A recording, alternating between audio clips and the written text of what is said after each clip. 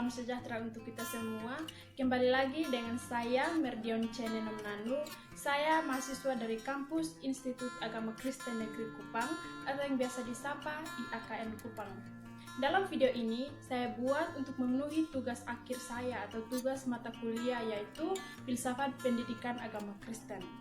Dalam video ini juga teman-teman, saya akan membahas atau berbicara tentang filsafat pendidikan esensialisme atau aliran esensialisme. Namun sebelumnya itu, sekali lagi saya minta bantuan dari teman-teman semua untuk bantu like, komen, dan subscribe. Terima kasih. Baik, pertama-tama kita akan melihat tentang pengertian filsafat pendidikan esensialisme. Esensialisme secara etimologi berasal dari bahasa Inggris, yaitu esensial yang berarti inti atau pokok dari sesuatu, dan kata isme yang berarti aliran. Aliran esensialisme ini merupakan aliran filsafat pendidikan yang ingin kembali kepada kebudayaan-kebudayaan lama sebagai warisan sejarah yang telah membuktikan keunggulan dalam kebaikan-kebaikan bagi kehidupan manusia. Esensialisme juga dipengaruhi oleh filsafat idealisme dan filsafat realisme. Esensialisme memandang bahwa pendidikan harus berpijak pada nilai-nilai yang dapat memiliki kejelasan dan tahan lama, yang memberikan kestabilan dan nilai-nilai terpilih yang mempunyai data yang jelas. Nilai-nilai yang telah terbukti dalam kenyataan membawa kebaikan kepada masyarakat dan nilai-nilai berasal dari Renaissance. Yang berikut teman-teman, tujuan umum dari aliran esensialisme ini adalah membentuk seseorang yang berguna dan berkompeten. Isi pendidikannya mencakup ilmu pengetahuan sesuai dengan kehendaknya. Kurikulum sekolah bagi esensialisme adalah analog dengan miniatur dunia yang bisa dijadikan sebagai ukuran kenyataan, kebenaran, dan keagungan. Oleh karena itu, dalam sejarah perkembangan kurikulum esensialisme dipengaruhi oleh filsafat idealisme dan realisme. Filosofi yang mendasari esensialisme adalah idealisme dan realisme, yang dimana idealisme adalah cara hidup yang mengarah kepada cita-cita tanpa melihat kenyataan. Idealisme menganggap bahwa cita-cita atau harapan itu pasti tercapai, sedangkan realisme adalah cara menjalani hidup sesuai dengan kenyataan yang ada. Yang berikutnya teman-teman, yaitu tokoh-tokoh dalam esensialisme. Yang pertama, menurut E.D. Hirsch Jr. pada tahun 1928, ia berpendapat bahwa murid harus memiliki pengetahuan dasar yang harus benar-benar dikuasai. Contohnya seperti menumbuhkan sikap toleransi antar sesama dan pengetahuan budaya murid. Contohnya seperti tidak boleh membeda-bedakan satu dan yang lainnya.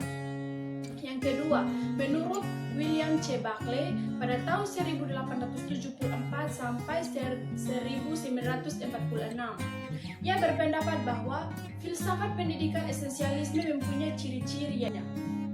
Yang kedua, menurut William C. Buckley pada tahun 1874 sampai 1946, ia berpendapat bahwa filsafat pendidikan esensialisme mempunyai ciri-ciri, yaitu bimbingan, pengarahan, dan kemampuan mendisiplinkan diri untuk mencapai tujuan pendidikan. Contohnya seperti disiplin, artinya disiplin dalam berpakaian, mentaati aturan, dan lain-lainnya. Dan yang ketiga, menurut Frederick Herbert, ia berpendapat bahwa tujuan pendidikan itu menyesuaikan dengan jiwa seseorang dengan kebijakan dari Tuhan, dengan proses dalam cara pengajaran dan pembelajaran. Contohnya seperti mengajar anak dalam hal berdoa. Yang berikutnya teman-teman, yaitu tentang prinsip-prinsip pendidikan esensialisme. Yang pertama, tugas utama sekolah mengajarkan pengetahuan inti atau yang biasa disebut dengan kultural literasi.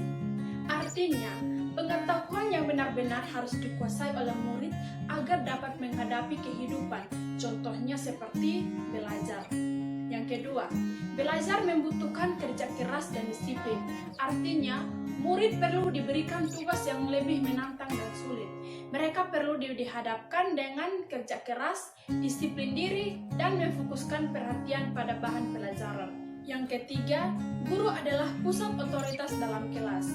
Guru adalah orang yang dibutuhkan para murid. Mereka bertugas mengajar dan berada di posisi yang menuntut hormat. Bila hal ini tidak didapat, guru tidak akan mendisiplinkan murid ke suasana tertib dalam belajar. Yang keempat, kesejahteraan umum karena dianggap tuntunan demokrasi yang nyata. Yang berikutnya teman-teman yaitu tentang pandangan perspektif Kristen. Dalam praksis pelaksanaan di sekolah Kristen, pendidikan Kristen dalam beberapa hal memiliki banyak kemiripan dengan aliran perennialisme dan esensialisme.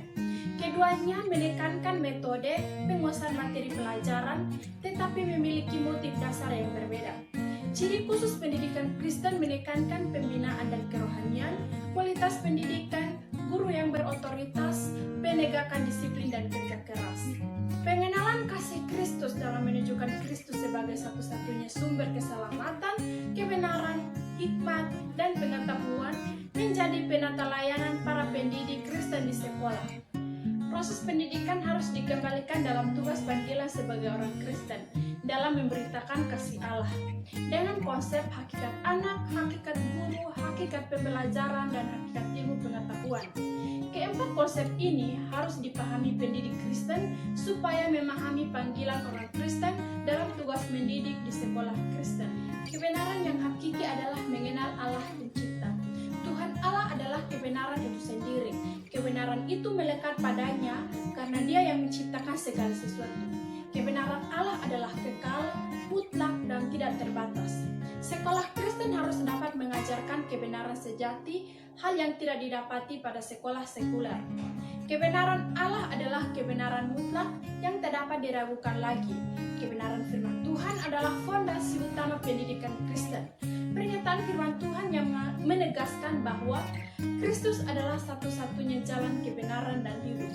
Yang berikutnya teman-teman, jika aliran ini diterapkan, maka kita sebagai guru harus menggunakan metode tradisional yang menekankan pada inisiatif guru atau pada inisiatif diri kita sendiri. Dalam hal ini, guru atau kita harus orang terdidik dan menguasai ilmu pengetahuan. Selain itu, seluruh aktivitas kelas harus berada di bawah kendali dan penguasaan guru dan mengajarkan nilai-nilai moral yang berakar pada budaya masyarakat dijadikan dasar bagi pembentukan mental para peserta didik. Guru adalah panutan satu-satunya yang dinilai dapat mengarahkan siswa ke arah yang lebih baik. Yang berikutnya yaitu tentang peran siswa. Peranan siswa atau peserta didik adalah belajar, bukan untuk mengatur pembelajaran. Dalam hal ini sangat jelas dalam pandangan esensialisme bahwa pelajar harus diarahkan sesuai dengan nilai-nilai yang sudah diakui dan tercantum dalam kurikulum, bukan didasarkan pada keinginannya. Yang bagian terakhir teman-teman yaitu apa relevansinya bagi PAK? Relevansinya bagi PAK adalah membangun sebuah kesepahaman melihat pendidikan agama yang berkembang di dunia barat tidak tepat dalam penggunaan istilahnya, khususnya di Indonesia sebagai konteks pluralistik ini. Kesepahaman tentang pendidikan agama Kristen atau PAK tersebut cenderung melihat pada sisi kejelasan dan ketegasan nilai pendidikan agama yang dibangun yaitu pendidikan agama Kristen, bukan agama lain. Baik, sekian dari pembahasan saya tentang filsafat pendidikan esensialisme atau aliran esensialisme. Kiranya Tuhan Yesus memberkati. Shalom. Sampai jumpa lagi di video berikutnya.